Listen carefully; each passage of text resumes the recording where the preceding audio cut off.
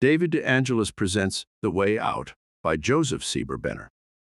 Digitally narrated using the voice of Edward Herman. The Way Out. We know that with many, finances are often a problem. All followers of Jesus Christ should learn the law, which if obeyed will enable them to rise out of all conditions of lack, limitation, inharmony, disease, and unhappiness that may manifest. You ask if this is really possible, and if there is a law which, if obeyed, will enable us to accomplish all that.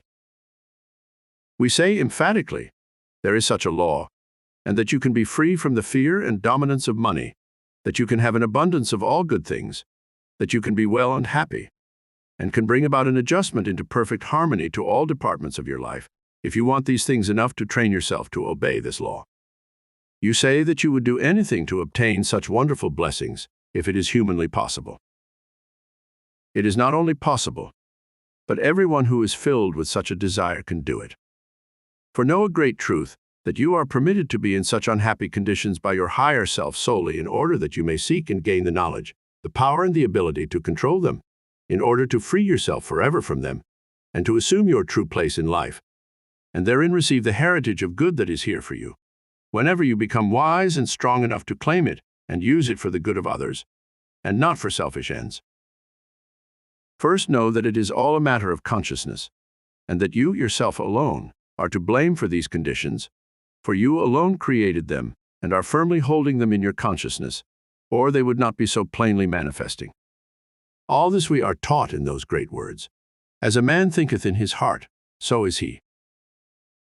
We know that you have heard this stated perhaps many times before, and so often that it may have become an old story. Some of you have tried to prove it and to rid your consciousness of all your negative thoughts, but because it took determined and persistent effort, you soon grew tired, on account of the strong opposition met with, and you then dropped back into the current of the old conditions, and if anything, became more helpless than you were before. Others may have heard of the saying, but it did not impress them, for they could not accept the assertion that any of the inharmonies in their lives are the result of their own beliefs, or of their past thinking crystallized into beliefs. They preferred to blame it all on someone else, and even God came in for a share of the blame. The main trouble with almost everyone is that they do not realize how many negative and destructive beliefs they are carrying around with them in the subconscious realms of mind, which creep through into the conscious mind whenever it is free from interest in other things. Until you can begin to study your mind and watch for and note these negative beliefs when they come, and you will find that they are actually beliefs, and refuse them further support, there is not much hope for you. In fact, it is the first thing you must learn to do. Those who are too mentally lazy to do such watching and controlling of their thoughts are usually the ones who would not accept that their own thinking and beliefs create for them all of the conditions now manifesting in their lives. But it makes no difference whether you accept it as being true or not. It is the law. Chapter 1. The Law. Now, if you are ready to hear the law, we will state it in words that everyone can understand. Note these words, and let them impress themselves on you, so that from this moment ever afterward, they will live in your mind as a guiding influence. Whatever you think and hold in consciousness as being so, out-manifests itself in your body or affairs. Whether you accept this as yet or not, consider for a while the truth that every thought you think, especially those relating in any way to self, hovers around in your mental atmosphere, just as a child stays close to its parent. These thoughts being about yourself, receive the life that maintains them, from the feeling that you put into them.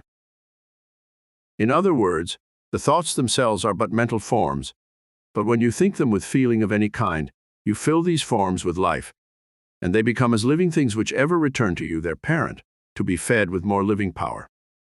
For all feeling expressed is life, is vital power, and if you only knew it, all the thoughts which persistently influence your mind and harass you are only your mental children clamoring for food and attention, and compelling more worrying, anxiety, or fear from you, all of which are excellent food containing rich vital power, and which makes them grow rapidly, until they become so powerful that in time they dominate your mind, so that you can scarcely think of anything else. When the fact is These thoughts exist to you only when you let them into your mind. That is, they are of importance to you only when you give them attention and recognition. But on the other hand, their power over you and their life can quickly be nullified by simply knowing the law and refusing to feed them longer with life power by giving them further attention or interest. And it should not be necessary to state that voicing such thoughts definitely and speedily outmanifests them, for the spoken word is far more potent than the thought. Above all else, you should guard carefully your speech, voicing nothing you do not want to see manifest. Always remember, however, that by preventing such thoughts entering the mind, there will be no impulse to voice them. So you can see now that it is all a matter of consciousness, of thinking and harboring the right kind of thoughts, those you wish to outmanifest, and of letting into your mind no thoughts you do not want to manifest in your body or affairs. And perhaps you can also see that what is ordinarily called thinking is only the admitting into your mind of thoughts that originated chiefly in other minds, and which you of course attracted to you. This is also true of all negative, inharmonious, and destructive thoughts. There must be something in you that attracts them, or they would not come. Many will still permit them to come, for only by the suffering, hardship, and struggle to escape from their influence will you learn how to free yourself and gain the power to control and consciously direct your life to constructive ends.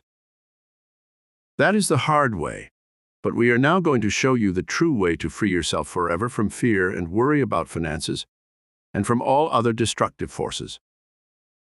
We are assuming that all who read are students and followers of Christ's teachings.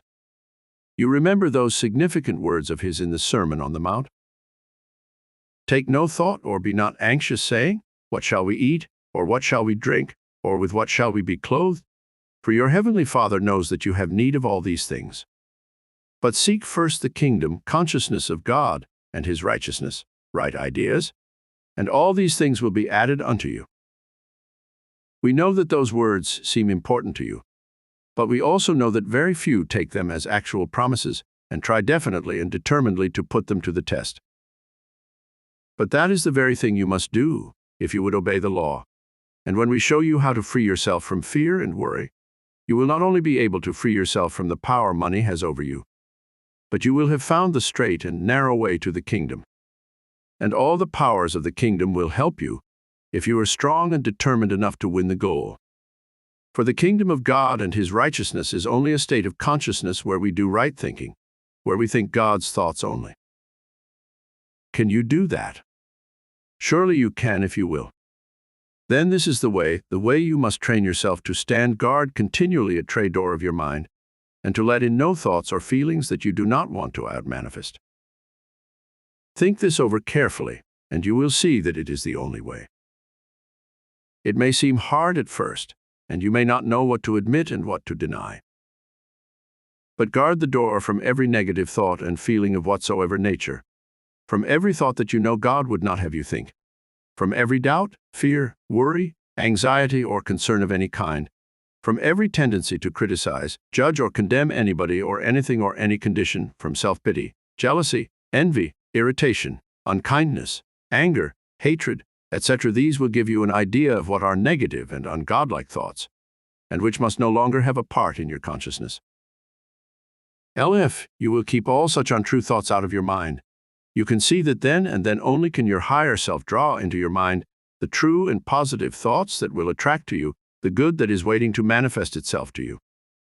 For while your mind is cluttered with all those fearful, worrying, discouraged, sick, weak, poverty-tainted thoughts, how can you expect anyone who feels these vibrations, and vibrations are things you cannot cover up, to be attracted to you, or how can you expect God to inspire you with thoughts of a beneficial nature? In fact, such negative thoughts actually keep away the things you are longing to have manifest in your life, for like attracts like. Think. Poverty-stricken thoughts do not attract prosperity or jobs. Sick thoughts do not build a healthy consciousness. And belief that you are a failure invites failure. You say this all sounds good, but when one is sunk so deep in conditions that no matter which way he turns, he sees only sickness, hunger, poverty, or failure facing him, despite months of effort to conquer the condition, to get work, or to do something to tide over till better days come, how is he to think of anything else? Yes, dear friend, we see what you are up against. we see that you are caught fast between the horns of a dilemma. You have sought help from the world of men, and it has turned you down. You have exhausted all the forces of self, and you admit that you are completely helpless. And perhaps you have even prayed to God, and seemingly He has not heard, or He has not answered you. But where is this God to whom you have prayed? Is He somewhere up in the skies, or in some hazy place, you know not where? Have you prayed to God within you? Have you turned there and opened your heart to Him, deep within yourself, in the kingdom, where your higher self abides? If not, dear friend, then after reading this article carefully, until you truly get its full meaning for you, pray to Him there. Get down on your knees and in deep and true humility pour out your heart to Him, knowing that He, as your higher self, hears you, that He does know that you have need of all these things, and that He will answer you. Go back to those words in the Sermon on the Mount and read them over again and again, until you get all of their wondrous meaning and realize that they are meant for you, and that they are a definite promise made by the Master to you. If you will do what you are there told to do, the Father will give to you all things that you need. Think. This is Jesus' promise to you, and therefore it will be fulfilled if you do your part. You can do it. You can do it. You must do it if you would have the blessings which He promises you, and which we promise you when we say that you can have an abundance of all good things, and that you can be free from the dominance of money forever. And what must you do? You must not be anxious or worry any more about what you shall eat or drink or what you shall wear, for your loving Father knows that you must have all of these things. But if you will seek first His kingdom, that is, His consciousness, where you must think only His thoughts as we have shown you how to do, and then do what He tells you to do when His thoughts come into your mind, He will provide you with all the good things He has had in store for you from the beginning. We know that we are telling you to do what now seems almost impossible. But, dear friend, this is the only way to win these blessings, and you say you will do anything to obtain them, if it is humanly possible. It is not only possible, but it is the very thing ordained and intended for you by your higher self, or He would not have brought this message to you and placed this ultimatum so squarely before you. You have tried your way, and you have tried the world's way, and you know where they have brought you. And now you are given the opportunity of trying God's way. The way laid out for you in the beginning. Can you not see that it is now the only way out for you? Thus God brings His children that love Him finally to realize that they cannot serve both God and mammon. For they must be shown that they are serving mammon just as much by fearing Him and yielding to the power of money, as they would be by openly worshiping money and becoming its slave when having great quantities of it. They must be made to see that by fearing money's seeming power, they are making it first and God second in their lives, and until they truly want to serve God more than any other thing, and prove it by their right thinking, speech, and action, they are not yet where His help can reach them. Chapter 2. The Ultimatum. So, this is the ultimatum that you are facing. You have now come to the place where God holds out His hand to you and says, "My child, I would help you. But it means that you must give yourself and your ideas over wholly to me, must learn to think only my thoughts, speak only what I would say, and do only what I would have you do. It means that you must not let into your mind or believe any other thoughts, no matter what appearances are, or how much such thoughts beg for admittance. You have had your chance, and you see what a sorry mess you have made of things.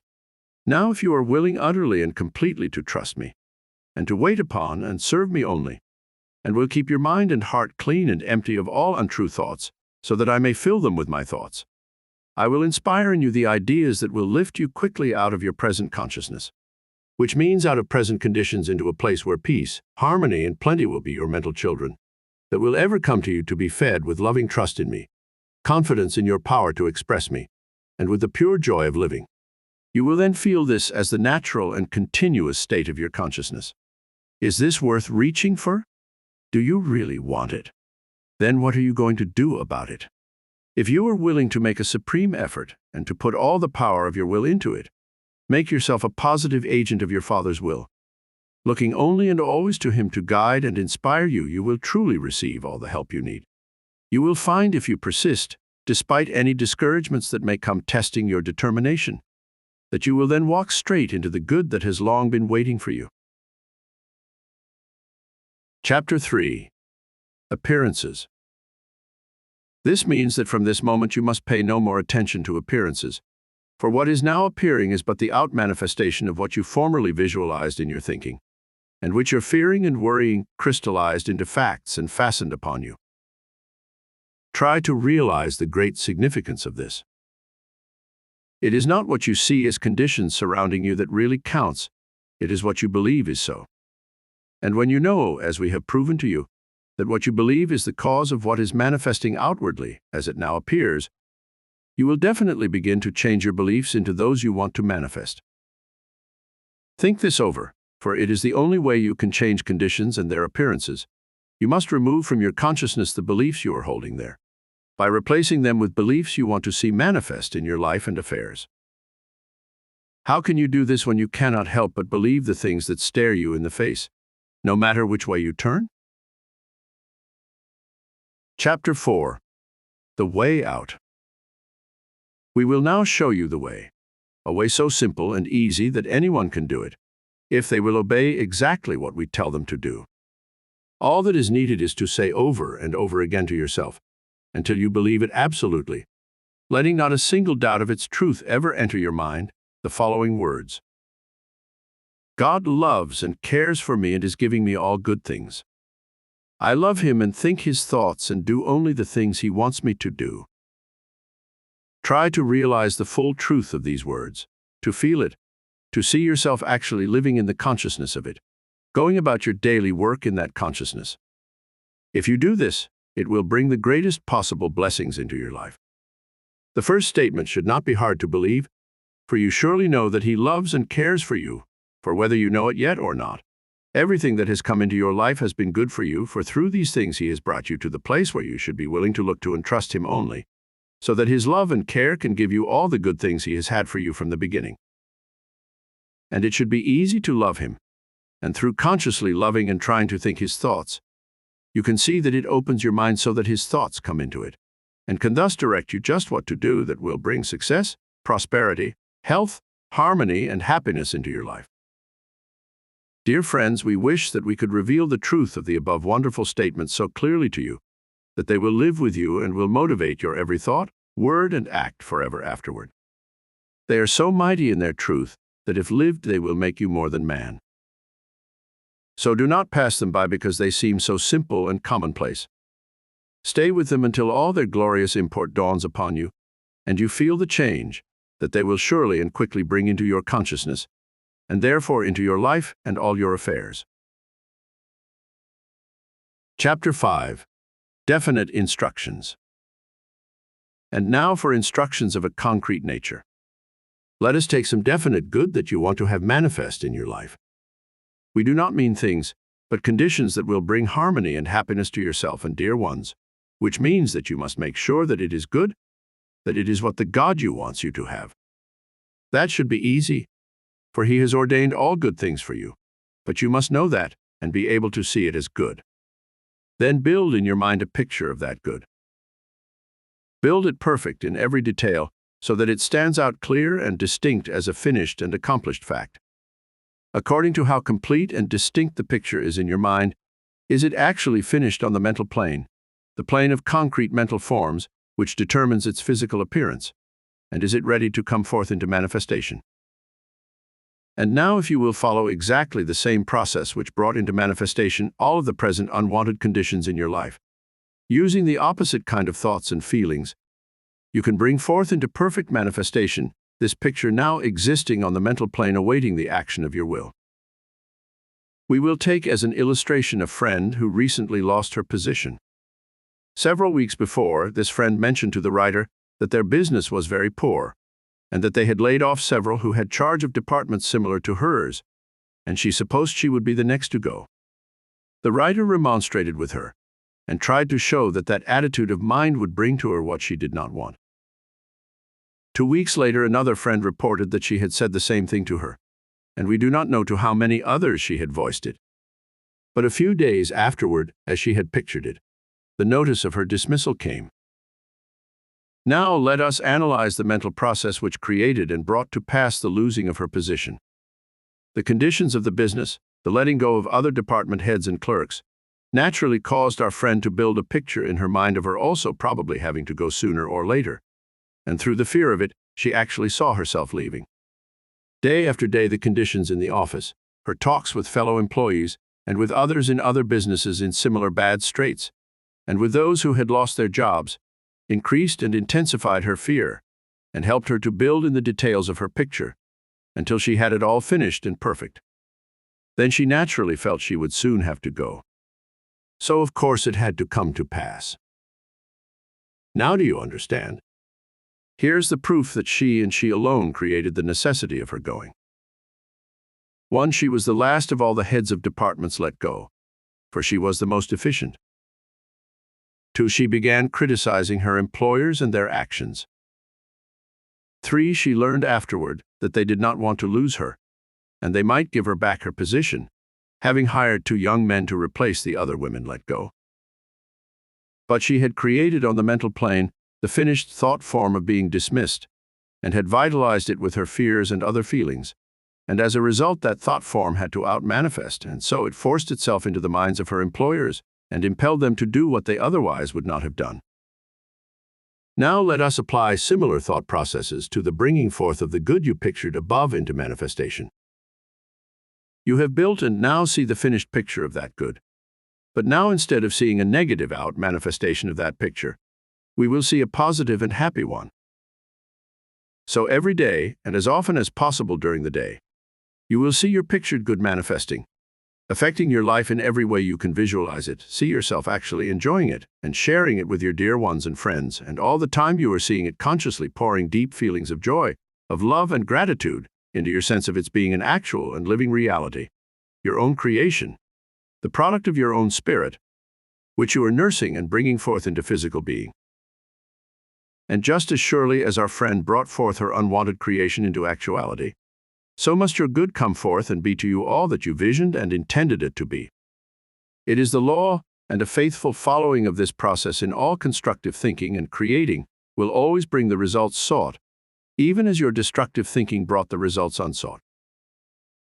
Study the above examples and explanation until the process stands out clear and true to you. Then study your own individual case until you see plainly how you came to your present state. Then begin to reverse your thought processes as shown above, until you express along constructive lines only.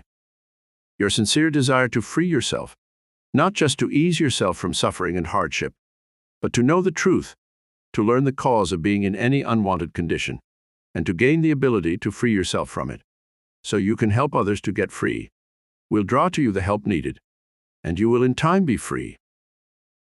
Do not give up if your mind does not respond immediately, for it has formed the habit of wrong seeing and thinking, and you are a long time forming present conditions.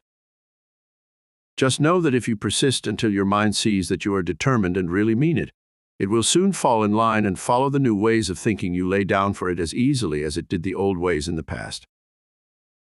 The main thing is to remember always that you are dealing and working with mental substance on the mental plane, and are not concerned with outer appearances and conditions, for you know that by such work you are shaping and changing conditions to those you wish to see manifest.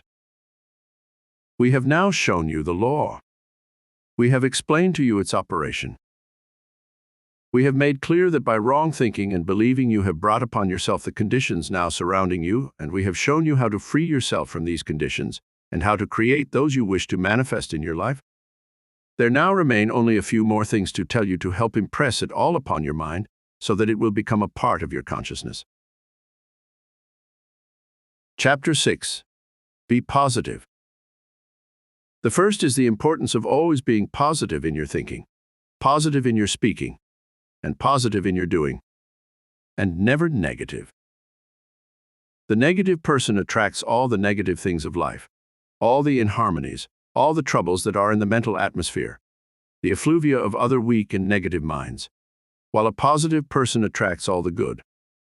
If you understand the radio, you will know that when you set your dial at a certain wavelength, all that is on the air of that wavelength will make itself heard. It is exactly the same with your mind, It will receive whatever happens to be on the air of the wavelength to which your thoughts are attuned. So it is up to you and you only what your mind radio gives forth or out manifests. Have you ever noticed how a positive person in a crowd of ordinary persons is always the center of attraction, always makes his or her presence felt, and always accomplishes things that lesser ones never think of? A most forcible illustration was once when driving on a thoroughfare where there was a temporary narrow road built at the side of where a new bridge was being constructed. We came to a halt because of a long line of automobiles ahead. After waiting for some minutes, the writer got out and noticed perhaps 30 cars on the long decline to the bottom of the ravine, and a similar line up the hill on the other side. But seemingly the left side of the road was clear all through. He could not see any sense in waiting, so he pulled out and started ahead and went through without opposition. While going up the other side, he looked back and found a great string of cars following him, and a man in one of these told him that they had been waiting back there for 20 minutes. Evidently, 2 cars from opposite directions had come together with others following them, and they were afraid they could not get through on the narrow road because of other cars coming. It is always so in life. The positive soul gets there. The negative one stays behind or tags along when he finds a leader. Why be negative? It is all an attitude of mind and can be changed simply by changing your beliefs. Besides, we are all sons and daughters of God, children of the greatest King in the world, who naturally gives all the riches and good things of his kingdom to all those of us who know it is our divine heritage and who will accept and enjoy them. Chapter 7. A King's Son. Try to realize that you are the equal, nay the superior, of any world prince, the son of the king of any world kingdom. For our Father's kingdom includes his Father's kingdom. And if we could lift our minds to the consciousness of our true selves as sons of God, we would go about knowing that all that our Father, the King, has is ours, and that all of the Father's servants will rush to supply to anticipate our every need. This is actually so. Each one can experience it. All you need is to believe it, and to go about in that consciousness, even as does the prince of any world kingdom in his lesser kingdom consciousness. Then as a king's son you must learn, if all that your Father has is yours, to spend freely of the riches he has given you with absolute fearlessness. For there is no limit to them, no lack of wealth, for it is always available. His resources are inexhaustible. You must acquire this consciousness. You must feel even as does the prince about spending or using money. Think you that he has any fear of lack or limitation of supply? No, there is always a great plenty for his every need, for his every comfort, every pleasure, for every constructive idea, for he knows that back of him is his Father, the King, and all the resources of his kingdom. So must you learn to know that back of you is your Father God, with all the resources of his kingdom. Chapter 8. Use money fearlessly. The quickest way to rid your mind of that old fear of want, fear of your job, fear of the power of money, is to have an absolute trust in your Heavenly Father's loving care, and for you to pay out gladly your last dollar for a needed thing, knowing that by so doing, you make it possible for him to supply you with plenty more. It is as if your needs must keep the stream of money ever flowing, if you would not clog up its source. For money, in its true sense, is the means for the perfect expression of material life, even as the blood is the means for the perfect expression of physical health. In both cases, your mind must not only hold true and pure thoughts, God's thoughts only, about the material life of yourself and others, and about your physical well-being, but you must know that God's mind is the source of all true thoughts, and by perfect faith and trust in him, you thus keep yourself open to the free circulation of his thoughts in your consciousness about both your affairs and your body, thus creating perfect health and harmony in both. This has been proven by many so-called tithers. They have created a consciousness where they know that, by using money freely in such perfect trust in God, and especially in thanksgiving and loving gratitude to him, giving freely a percentage of their income to that part of his work, which is bringing the truth to them, they become greatly blessed in this world's goods, and are put in a position where they can help many souls to come into this same truth. It is the pinching and holding on to your last dollar, fearing that no more will come, that actually prevents your receiving more.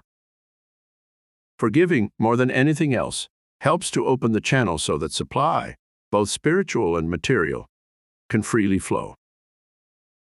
Now we wish finally to emphasize that the application and proving of this great law not only will bring financial freedom and success, but it will also bring perfect health, harmony, and happiness into all departments of your life.